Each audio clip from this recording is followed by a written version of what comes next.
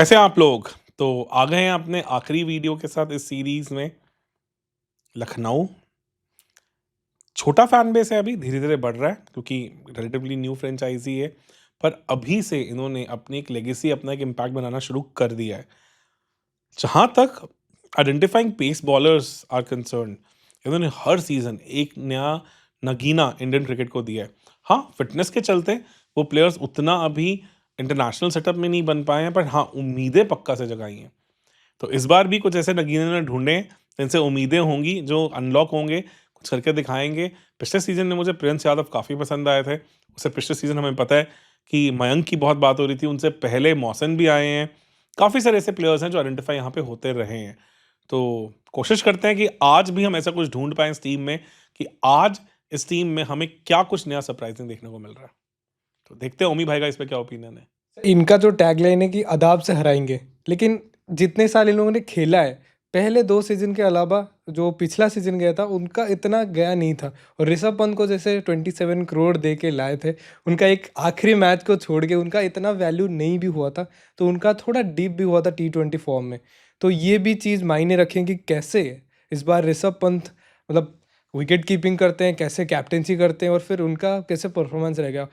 Tag का तो pressure बिल्कुल रहेगा कि पैसा 27 करोड़ है और फिर काफ़ी हो जाता है कैप्टन यार, है। बिल्कुल सही, नो डाउट। प्लेइंग 11 देख लेते हैं यार, टॉप 5 तो फिक्स है इनका। बिल्कुल। माकरम, मार्स, मार्श, पुरन और ऋषभ पंत, पूरन, ऋषभ पंत और आयुष आयुष बदल। बदोनी। 6 पे मेरे ख्याल से अब्दुल समाद को बैक करेंगे, यस। 7 पे हसरंगा और 8 पे आपके पास शाहबाज अहमद हो अहमद। जाएंगे। 9 पे शमी, क्योंकि उन्हें लेके आए हैं तो उसके बाद 10 पे आपके पास मयंक यादव, 11 पे आवेश या मौसम में से जो फिट है, जो फॉर्म में, उन्हें रखेंगे और आपके पास इम्पैक्ट प्लेयर दिग्वेश राठी हो जाएंगे।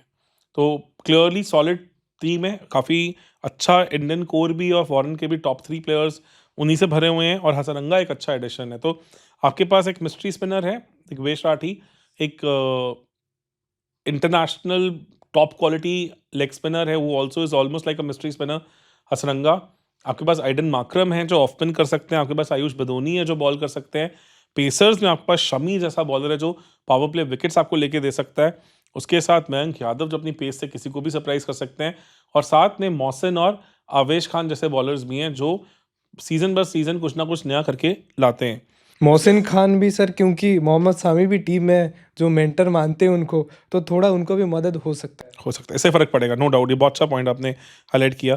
ऐसा नहीं है कि पेसर्स और नहीं है, अगर आप देखो तो इनके पास प्रिंस यादव है, जैसे मैंने कहा कि मैं काफ़ी इंप्रेस हुआ था। उसके बाद आकाश सिंह है, धर्मशाला में एक मैच खेले थे, काफ़ी अच्छी बॉलिंग की थी।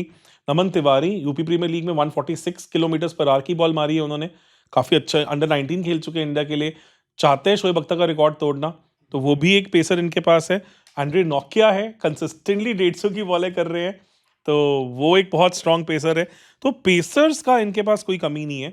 स्पिनर्स में एम सिद्धार्थ हैं, दिनेश कार्तिक उन्हें बहुत हाईली रेट करते हैं, बहुत ज़्यादा।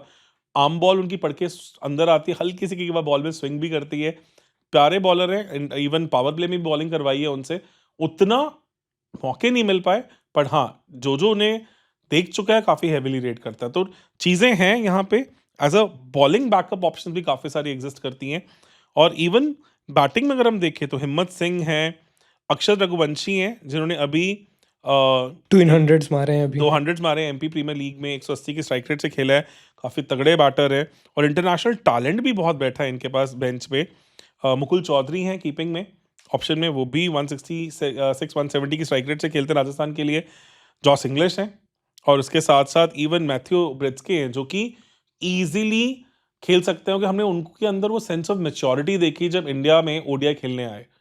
साउथ अफ्रीका के सबसे स्टेबल बैटर्स में से एक लगे, काफ़ी उन्होंने चेजेस में वो कामनेस दी, अर्ली कोलैप्सेस को बचाया, वो दिखा कि उस बंदे में दम है।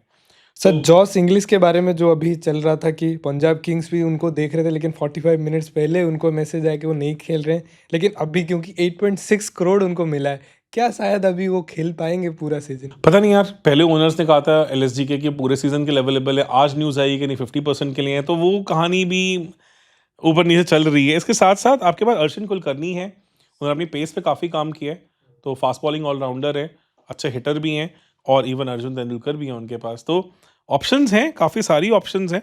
एंड बेंच बहुत स्ट्रांग दिख रहा है, काफ़ी ज़्यादा अच्छा दिख रहा है। तो अगर हम इनकी रैंकिंग करें, पावर प्ले बैटिंग से स्टार्ट करते पावर हैं। प्ले में तो 10 में से 10 ही देंगे यार, इससे ऊपर क्या होगा पावर प्ले? अब आपके पास सब बैंकेबल प्लेयर्स। मिडिल ऑर्डर में ऋषभ पंत की फॉर्म बहुत डिपेंड करी, अभी मैं साथ दूंगा कि लास्ट सीजन इतना अच्छा नहीं था। फिनिशिंग में अब आपके पास हसरंगा, समाद, शाहबाज हैं, सही हैं पर उतने बैंकेबल लास्ट ईयर रहे नहीं थे, हिट एंड मिस थे, कई बार सही गए, कई बार हल्के भी गए। फिर से 7 on 10 फॉर नाउ। तो बैटिंग में good 24 out of 30 solid score है। सर हसरंगा की भी मतलब आईपीएल में इतना कुछ फिनिशिंग नहीं आया अभी। पावर प्ले बॉलिंग आपके पास वहाँ पे शमी हैं, वहाँ पे आपके मौसन हैं, दिग्वेश भी पावर प्ले में बॉलिंग करता है। आई थिंक गुड 9 on 10, क्योंकि उस टाइम शमी थोड़ा वापस फॉर्म में आए हैं। मिडिल ऑर्डर में आपके पास हसरंगा है एक्स फैक्टर के लिए, दिग्वेश भी करेंगे, मयंक यादव भी अपने पेस के साथ आ जाते हैं, तो ये भी अगर मयंक यादव फिट हैं तो 9, पर हमें उनकी फिटनेस का नहीं पता तो 8। शहबाज अहमद भी अगर उनको खिला रहे हैं बीच में तो कंट्रोल लाते हैं, डोमेस्टिक में हम लोगों ने देखा भी। देखा है, इवन आईपीएल में भी हमने देखा है, डेथ बॉलिंग में शमी को रन पड़ते हैं। मयंक कर सकते हैं पर वही अभी उनकी फिटनेस को लेकर नहीं पता। आवेश अच्छे यॉर्कर्स मारते हैं, मौसम अच्छे यॉर्कर मारते हैं, बट स्टिल डेथ थोड़ा सा मुझे लगता है अभी भी इनका एक प्रॉब्लम एरिया बन सकता है। तो वहां मैं 7 on 10 से ज़्यादा अभी नहीं दूंगा। एकदम डेथ बॉलिंग स्पेशलिस्ट क्लियरली नहीं दिख रहा। और सर आवेश खान की भी मतलब इंजरी के बाद कैसे वो परफॉर्म करते हैं उसके तो ये ऊपर बहुत भी मेजर depend इंजरी से आ रहे हैं। तो 48 on 60 is a very good score I think as far as batting and bowling का कंसर्न।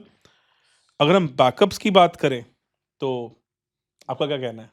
है। बैकअप्स में सर क्योंकि फॉरेन प्लेयर्स लॉक्ड इन हैं थोड़ा, इसीलिए विकेट कीपर्स में जॉस इंग्लिश और ब्रिड्सके में थोड़ा मतलब चांस नहीं बनता कि वो प्लेइंग 11 में डायरेक्ट खेलेंगे। तो बैकअप सही है, फिर भी मतलब वो प्लेइंग 11 में नहीं आएंगे तो मैं विकेट कीपर्स को थोड़ा नीचे रेट कर रहा हूँ। देखो आपके पास स्पिन बॉलिंग बैकअप है, आपके पास बैटिंग बैकअप है, आपके पास पेस बॉलिंग का तो भर भर के बैकअप है आपके पास। स्टिल अगर आप देखें, अगर आपको लग रहा है कि क्योंकि आपके पास पूरन कीपर हैं, आपके पास वहाँ पे क्लियरली पंत कीपर है, तो कीपिंग का तो आपको वैसे भी ज़्यादा जरूरत पड़ भी नहीं रही है। तो आई थिंक बैकअप में तो दे हैव गुड 9 on 10 यार, मेरे को लगता है सारे बेसिस ऑलमोस्ट कवर्ड हैं। अगर इनका मेन प्लेयर भी इंजर्ड होता है तो दे have a solid replacement for those players. Leadership में अगर आ जाते हैं तो माकरम कैप्टन रह चुके हैं, मार्श कैप्टन रह चुके हैं, कैप्टन है इनफैक्ट T20 के, पूरन कैप्टन रह चुके हैं, पंत कैप्टन रह चुके हैं, आयुष बदोनी ने भी दिल्ली को लीड किया है 5, हसरंगा कैप्टन रह चुके हैं 6, शाहबाज भी बंगाल में कैप्टनसी कर चुके हैं यस, मेरे ख्याल से, yes, सहवाज है भी ना? कैप्टनसी कर चुके हैं। 7 शमी पुराने प्लेयर हैं 8, तो गुड 8 मतलब 4 यहाँ बन जाते हैं।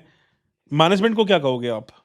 मैनेजमेंट अभी भी क्योंकि थोड़ा नहीं दिख रहा है ओके, इतना अब कुछ तो खास। इवन ये है कि जो इंडिया के पुराने बॉलिंग कोच थे वो आए हैं, बिकॉज जहीर खान तो जा चुके हैं। उतना स्टेबल कोर अभी मैनेजमेंट में नहीं है। 1.5 उनके ओनर्स को तो मैं एक से ज़्यादा पॉइंट दे ही नहीं सकता, because they will always bring something new on table जो टीम को अनस्टेबल करने के लिए बहुत है। 6.5 ऑन द स्केल ऑफ 10। बिल्कुल, जब वो केएल राहुल की सागा निकल रही थी बीच में, अब पता नहीं कैसे पंत के साथ उनका बैठेगा वो तो जिस तरह से आगे इवन जाएगा। जॉश इंग्लिश का सीन भी हैंडल हो रहा है, इट इज़ नॉट कि आप एक दिन कुछ और बोल रहे हैं, अगले दिन कुछ और आ रहा है, it is not sending good signals about anything. तो होम ग्राउंड एडवांटेज इकाना, एक बात सही है कि स्टेबल होम ग्राउंड है, एक ही होम ग्राउंड है। इकाना ने लास्ट ईयर भी पिचेस को लेके कंसर्न्स आए थे। इवन जहीर खान ने तो ओपनली प्रेस कॉन्फ्रेंस तक में बोला था कि हमें अपने हिसाब से पिचेस नहीं मिली। वहाँ भी black soil, mix soil, red soil, हर तरह की पिच है, तो वो भी बड़ा ट्रिकी सा ग्राउंड है, आपको बड़े तरीके से हैंडल करना होता है। तो पिछले साल तो कंसर्न्स रहे हैं, तो आप कितना देना चाहोगे पॉइंट्स वहाँ पे? सर मेरे हिसाब से भी 3 to 4 मैच जीत सकते हैं, 5 में तो बहुत डाउट हो जाएगा तो क्योंकि 7 points out of 10 I think would make sense. Overall impact plus tactics पे क्या बोलोगे? देखो बेसिस सारे कवर्ड है, तो उसमें गुड आपको 5 में से 4.5 मिल रहा है, बट टैक्टिक्स के बारे में क्या कहना चाहोगे? सर टैक्टिक्स में अभी देखना पड़ेगा क्योंकि पिछले सीजन बहुत मिसकम्युनिकेशन की वजह से भी टैक्टिक्स मतलब मिस हुआ है, तो इस साल उनको काम करना पड़ेगा, तो इसी हिसाब से थोड़ा मैं इतना नंबर्स नहीं देना चाहता हूँ। तो मुझे लगता है 7 देखते हैं पूरा टोटल। तो 7 on 10 still strong numbers, because इन्होंने बेंच बहुत स्ट्रॉन्ग क्रिएट किया है। इन्होंने बहुत अच्छा अपना ऑक्शन हैंडल किया है, जो मैं देख रहा हूँ इसमें। तो इसमें out of 40 they have 29, which is quite a solid number. 29.5 in fact. तो काफ़ी अच्छे नंबर्स लग रहे हैं ये। अगर देखा जाए आज 77.5 पे हैं, तो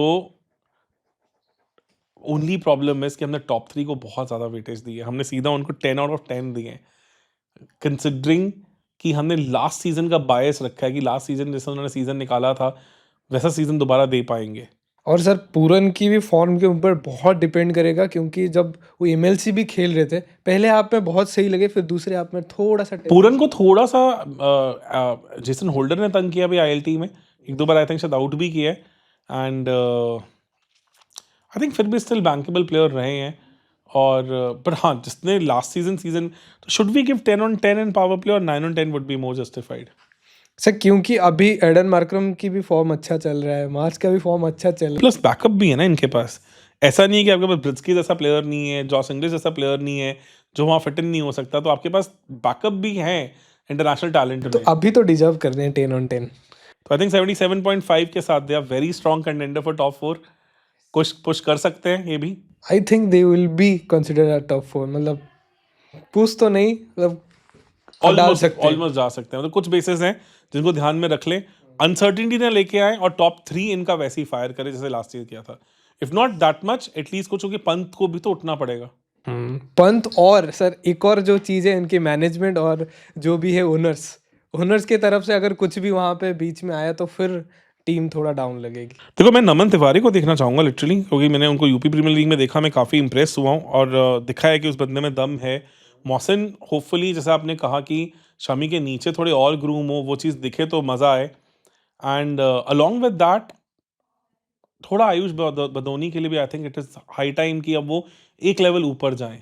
अब्दुल समद के लिए भी है, अब्दुल समद के लिए भी है वहाँ पे। बिल्कुल सही आपने बात की है कि वो भी कितने सालों से उनको फ्रेंचाइजीज बैक वाले एसआरएच इतने साल बैक किया, यहाँ है तो अब मौका आ गया है कि they should push it to a little higher level. और सर दिग्वेश राठी भी अपना सेलिब्रेशन को छोड़ के अगर बॉलिंग में ज़्यादा ध्यान देंगे तो थोड़ा शायद यहाँ पे इस पर आपने डीपीएल में फॉलो किया उनको, कैसा रहा उनका? डीपीएल में एक चीज़ जो हुआ था, नीतीश राणा के साथ एक इंसिडेंट हुआ था, वरना वो तो मैंने भी फॉलो किया था। Yes, फिर पर वैसे वरना- परफॉर्मेंस कैसा रहा उनका? परफॉर्मेंस बहुत सही आ रहा था उनका, एक 6 विकेट हॉल भी आया था, तो उस हिसाब से बहुत सही चल रहे हैं वो भी। चलो, that is good. Okay, overall I think things are looking good for them. They have a strong squad, very strong squad. I think they have covered the basis from last year even better, just like Delhi. उम्मीद करते हैं कि अब कुछ बढ़िया हो, finally अदाब से हराएं और फाइनली लखनऊ के भी जो फैंस हैं वो ट्रॉफी को घर आते देखें। सर गुजरात ने पहले सीजन में ही ट्रॉफी उठा लिया था, तो लखनऊ चाहेगी कि चलो 3 साल बाद या 4 साल बाद ट्रॉफी तो घर आए। एक लेगेसी तो बने। तो आप सबका क्या मानना है कि हमने अगर इन पॉइंट्स को कहीं कुछ ज़्यादा दिए, कम दिए, क्या आपका ओपिनियन है? कुछ चीज़ों को हमने ओवर एस्टिमेट किया, अंडर एस्टिमेट किया, जो आपको लगता है आप कमेंट सेक्शन में पक्का से बताएं, बिकॉज सीखने को मिलता है यार। आप लोगों के पास हकीकी पर बहुत अमेजिंग इनसाइडर्स इन्फोज होती हैं, बहुत कुछ होता है। तो बने रहे चैनल के साथ, कोशिश करें इस वीडियो को हाइप करें ताकि मैक्सिमम लोगों तक पहुंचे, हमें भी इंकरेजमेंट मिले। मार्च में कोशिश करेंगे इन टीम्स का और डीपर रिव्यू करने का, तब तक हमारे पास और बहुत सारी इन्फॉर्मेशन होगी। तो बने रहे चैनल के साथ। धन्यवाद।